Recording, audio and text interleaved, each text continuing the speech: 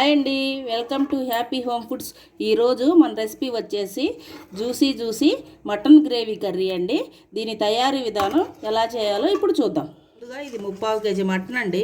ఇప్పుడు దీంట్లోకి 1 స్పూను పసుపు, 1 స్పూను సాల్ట్, అల్లం పేస్ట్ 1 స్పూన్ అండి. ఈ 3 వేసేస్తున్నాను. దీంట్లో ఉల్లిపాయ వేస్తున్నానండి, కొద్ది పెద్ద ముక్కలు. కొంచెం ఆయిల్ పోసుకుంటాను.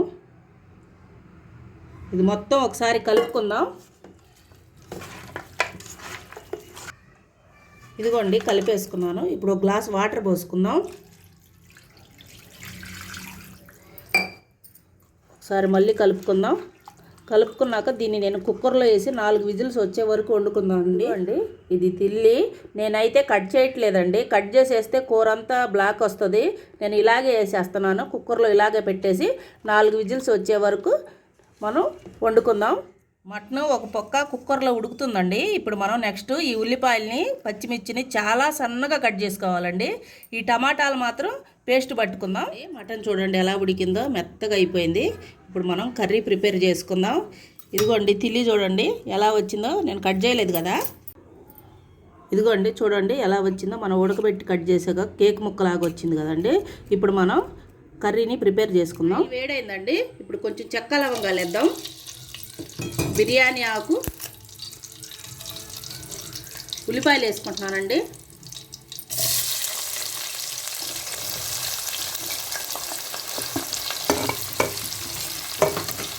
ఈ ఉల్లిపాయలు బాగా రెడ్గా వచ్చే వరకు ఫ్రై చేసుకుందామండి. పచ్చిగా ఉంటే పచ్చి వాసన వస్తుంది ఎమ్మటే వేస్తే.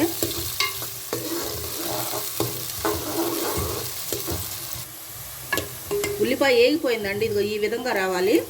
ఇప్పుడు మనం అల్లం పేస్ట్ వేద్దాం. 3 స్పూన్లు వేస్తున్నానండి, కొద్దిగా మటన్ కదా. పచ్చిమిర్చి వేద్దాం. ఈ అల్లం పేస్ట్ పచ్చి వాసన పోయే వరకు ఆయిల్లో ఫ్రై చేద్దామండి.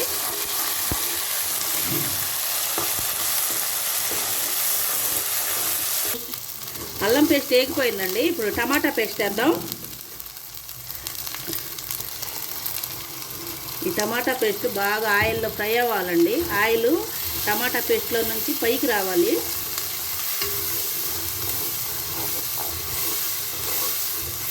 కనీసం ఇది 5 నిమిషాలు పడుతుందండి దీంట్లో నుంచి ఆయిల్ పైకి రావడానికి. ఈ కర్రీ మాత్రం చాలా టేస్ట్గా ఉంటుందండి. మీరు కూడా ఒకసారి సేమ్ ఇలాగే ఒకసారి ట్రై చేయండి. మన ఛానల్ని సబ్స్క్రైబ్ చేసుకోండి.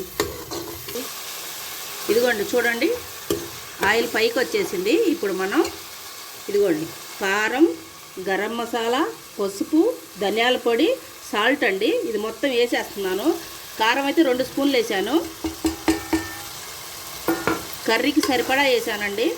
ఇది కూడా కొద్దిగా ఆయిల్లో బాగా ఫ్రై చేద్దామండి, లేదా పచ్చి వాసన వస్తుంది. ఆయిల్ పైకి వచ్చే వరకు.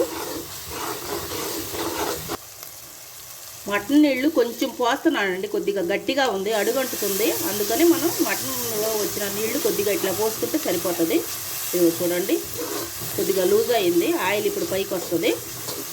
ఇంకొక 2 నిమిషాలు అయితే ఆయిల్ బాగా వచ్చేస్తుందండి పైకి. ఇదిగోండి మసాలాలన్నీ వేగిపోయి ఆయిల్ పైకి పెట్టుకున్న మటన్ వేసుకుందామండి.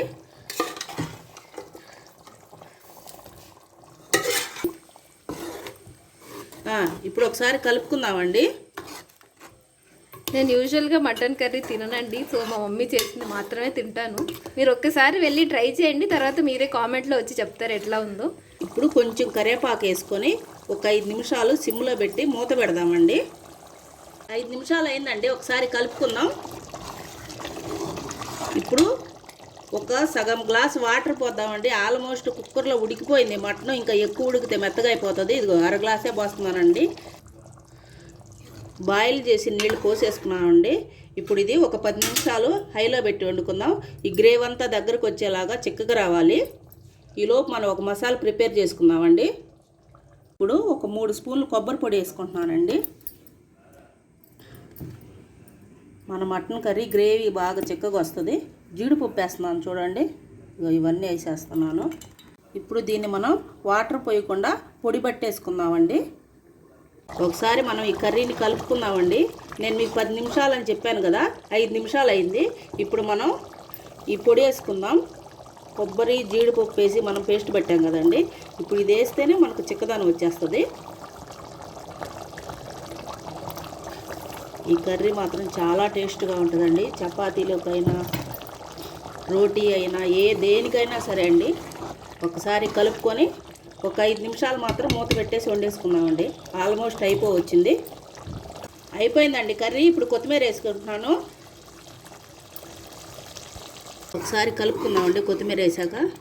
అసలు చూసారండి ఎంత చిక్కగా వచ్చిందో.